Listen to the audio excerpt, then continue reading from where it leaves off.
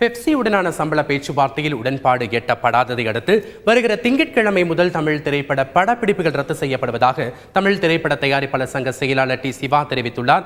இது குறித்த கூடுதல் தகவல்களை தருகிறார் செய்தியாளர் பிரியா. பிரியா, சொல்லுங்க, பெப்சி உடனான பேச்சுவார்த்தையின் போது முடிவு என்ன சொன்னாங்க? இது குறித்து சொல்லுங்க.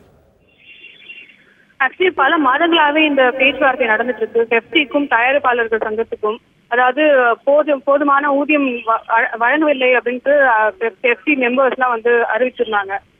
3 மாசமாவே இதுக்கான நிறைய பேச்சுவார்த்தை நடந்தது. ஆனா இன்னும் சுமூகமான முடிவு தெரியல.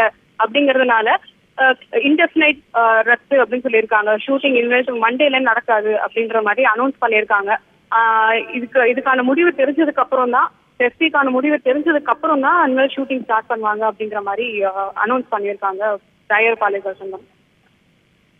பெப்சி உடனான சம்பள உடன்பாடில் முரண்பாடான கருத்துக்கள் நிலவுவதால் அவர்களுடைய உடன்பாடு தீர்வுபடாததால் வருகிற 27ஆம் தேதி முதல் தமிழ் திரைப்படங்கள் ரத்து செய்யப்படுவதாக அறிவிக்கப்பட்டிருக்கு அப்படின்னு உங்களுடைய தகவல் சொன்னீங்க.